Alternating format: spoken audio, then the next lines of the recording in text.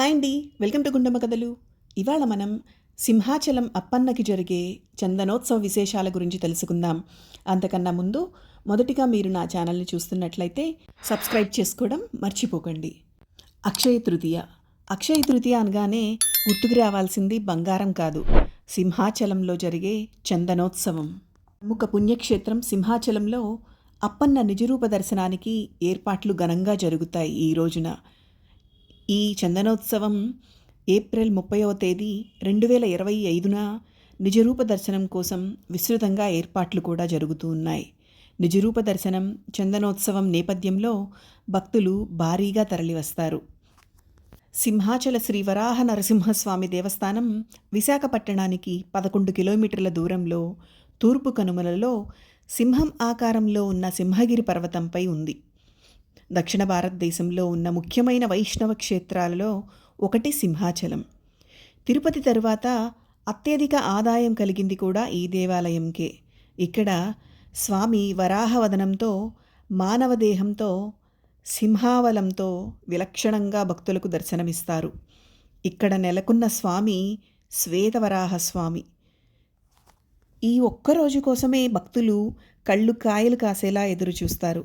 తెలుగు రాష్ట్రాలతో పాటు పక్క రాష్ట్రాలైన ఒరిస్సా, ఛత్తీస్గఢ్ నుంచి కూడా భక్తులు లక్షలాది మంది ఈ చందనోత్సవం కోసం తరలివచ్చే రోజు. శ్రీ లక్ష్మీ వరాహ నృసింహుడిగా సింహాచల క్షేత్రంలో శ్రీమన్నారాయణుడు వెలసినట్లు పురాణాలు చెబుతున్నాయి.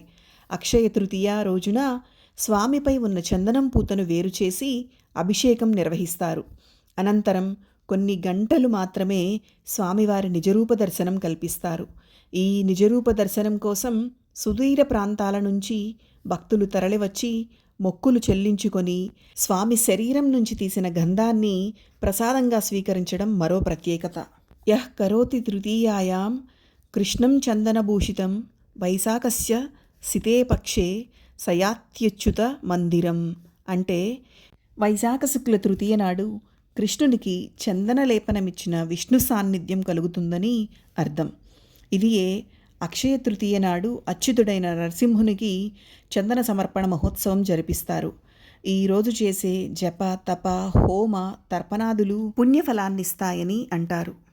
ప్రతిరోజు స్వామివారిని దర్శించుకుంటాం కదా, మరి ఈ ఒక్కరోజు మాత్రమే ఎందుకంత ప్రత్యేకత అంటే, దట్టమైన చందన పొరల మధ్య ఉండే ఆ నరసింహస్వామి ఒక లింగం మాదిరిగా కనిపిస్తాడు. కానీ ఈ ఒక్కరోజు మాత్రమే, అది కూడా కొన్ని గంటలు మాత్రమే నిజరూపంలో, అంటే 2 అవతారాలు వరాహ నరసింహులు సమ్మిళితమై రూపంలో దర్శనమిస్తారు ఆ స్వామి. ఎందుకలా ఇలా దర్శనం ఇవ్వడానికి కారణం ఏమిటి అంటే, దీని వెనుక పెద్ద చరిత్ర ఉంది. చరిత్ర మాత్రమే కాదు, ఈ ఉత్సవం వెనుక చాలా సాంప్రదాయాలు కూడా ఉన్నాయి. కశ్యప ప్రజాపతి కుమారులు హిరణ్యాక్షుడు, హిరణ్యకశిపుడు. రాక్షసరాజులైన హిరణ్యాక్ష, హిరణ్యకశిపుల క్రూర స్వభావం ముల్లోకాలను గడగడలాడించింది. హిరణ్యాక్షుడు ఒకానొక సమయంలో భూదేవిని చెరపట్టే చాపలా చుట్టి తీసుకుని వెళ్ళాడని పురాణాలు చెబుతున్నాయి. అంతటి దుర్మార్గుణ్ణి శ్రీ మహావిష్ణువు వరాహావతారం ఎత్తి సంహరించాడు. హిరణ్యాక్షుని చంపిన శ్రీహరిపై కక్ష పెంచుకున్న హిరణ్యకశిపుడు ఘోరంగా తపస్సు చేసి తనకు మించిన అజేయుడిగా ఉండరాదని తనకు మరణమన్నదే లేకుండా బ్రహ్మ నుంచి వరం పొందాడు. హిరణ్యకశిపుడు చేసే ఘోర తపస్సుకి భయపడి దేవతలంతా ఇంద్రుడి వద్దకు వెళ్ళి ఏదైనా ఉపాయం ఆలోచించాలని సూచించారు. అతడి తపస్సుని భగ్నం చేయడానికి ఇంద్రుడు చేసిన ప్రయత్నాలు ఫలించలేదు. ఇదే సమయంలో హిరణ్యకశిపుని భార్య లీలావతి గర్భవతి అన్న విషయాన్ని ఇంద్రుడు గ్రహించాడు.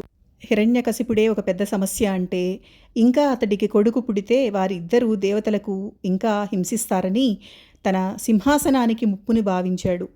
మాయారూపంలో లీలావతి దగ్గరకు చేరి ఆమెను దేవలోకానికి తీసుకొని పోతుండగా దారిలో నారద మహర్షి కనిపించి ఇంద్రుణ్ణి వారించాడు.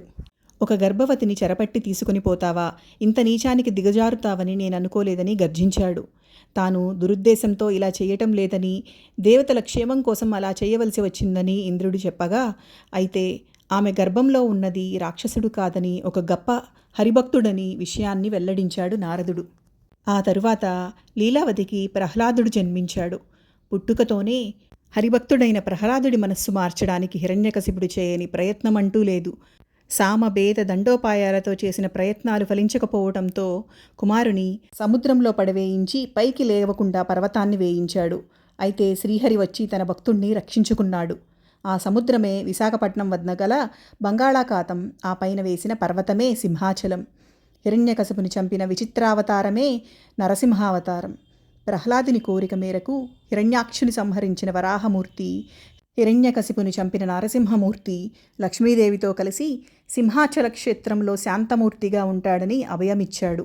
స్వామి రూపం సింహాచలంలో వరాహముఖం, నరుని శరీరం, తెల్లని జూలు, భుజంపై తోక, 2 చేతులు, భూమిలో దాగి ఉన్న పాదాలు. ఈ నిజరూపస్వామి దర్శనం అక్షయ తృతీయ నాడు మాత్రమే కొన్ని గంటల సేపు చందనం తొలగించినంత మాత్రాన దొరుకుతుంది. ఆ వేళకు లక్షలాది మంది భక్తులు వచ్చి స్వామిని దర్శించి తరిస్తారు. టన్నుల కొద్దీ మొక్కులు తీర్చుకొని చందనాన్ని స్వామివారికి సమర్పిస్తారు. మళ్ళీ అర్చనాదులు పూర్తి చేసి దర్శన భాగ్యం భక్తులకు కల్పించి తిరిగి చందనం లేపనం చేయడం తరువాత స్వామి శివలింగాకారుడిగా దర్శనమివ్వడం అద్వైత దర్శనానికి ప్రతీక. పురూరవ చక్రవర్తి తన పుష్పక విమానంలో ఊర్వశితో కలిసి ప్రయాణిస్తుండగా ఆ విమానం సింహగిరిపై వచ్చేసరికి ఉన్నట్టుండి అది ఆగిపోతుంది. దీంతో ఊర్వశి తన దివ్య దృష్టి ద్వారా ఈ కొండ అత్యంత మహిమాన్వితమైనదని పురూరవ చక్రవర్తికి వివరిస్తుంది.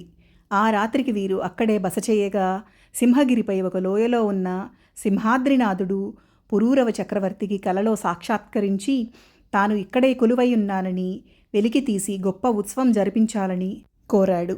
స్వామి కలలో చెప్పినట్టు పురూరవ చక్రవర్తి లోయలో ఎంత వెతికినా ఫలితం ఉండదు. రెండో రోజు స్వామి మరోసారి దివ్యవాణితో తాను 12 అడుగుల పుట్టలో ఉన్నానని వెలికి తీయాలని ఆదేశించాడు. దీంతో స్వామి విగ్రహాన్ని వెలికి తీసి పురూరవ చక్రవర్తి అత్యంత వైభవంగా చందనోత్సవాన్ని నిర్వహించినట్టు చరిత్ర చెబుతోంది. స్వామి 12 అడుగుల పుట్టలో లభ్యం కావటంతో అందుకు తగినట్టుగానే ఉత్సవం తదుపరి దశల వారీగా 12 మణుగుల చందనాన్ని అంటే 500 కేజీల చందనంతో స్వామివారికి సమర్పించడం జరుగుతుంది. స్వామివారు చాలా కాలం పాటు ఎటువంటి చందనం పూత లేకుండానే అనేక మందికి దర్శనమిచ్చాడని ఒక కథ. సింహాచలంకి సమీపంలో బోయపల్లికి చెందిన దుగ్గన అనే బోయవాడు వ్యవసాయం చేస్తూ కొర్రలు పండించేవాడట. అప్పన్న వరాహ అవతారంలో సంచరిస్తూ కొర్రలు తిని ఆ రుచికి అలవాటు పడ్డాడు.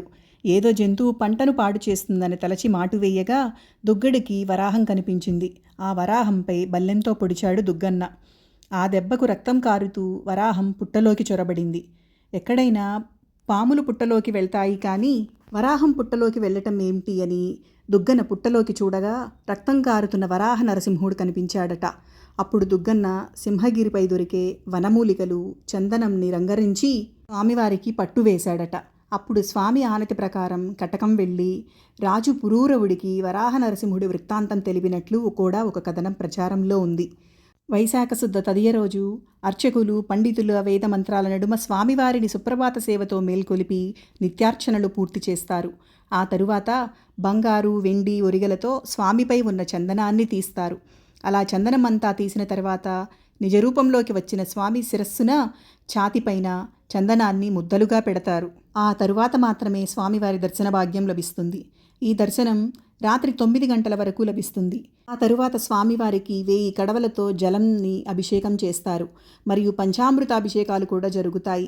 అభిషేకాలు ముగిసిన స్వామికి 3 మాడుగుల శ్రీగంధాన్ని సమర్పించడంతో శ్రీచందన యాత్ర ముగుస్తుంది. ఈ చందనం నుదుటను పెట్టుకొని కొంత నీటిలో కలిపి సేవిస్తే దీర్ఘవ్యాధులు కూడా తగ్గుతాయని ప్రజల నమ్మకం. కాబట్టి ఈ చందనోత్సవాన్ని అందరూ తిలకించి ఆ స్వామివారి ఆశీస్సులు పొందాలని కోరుకుంటున్నాను.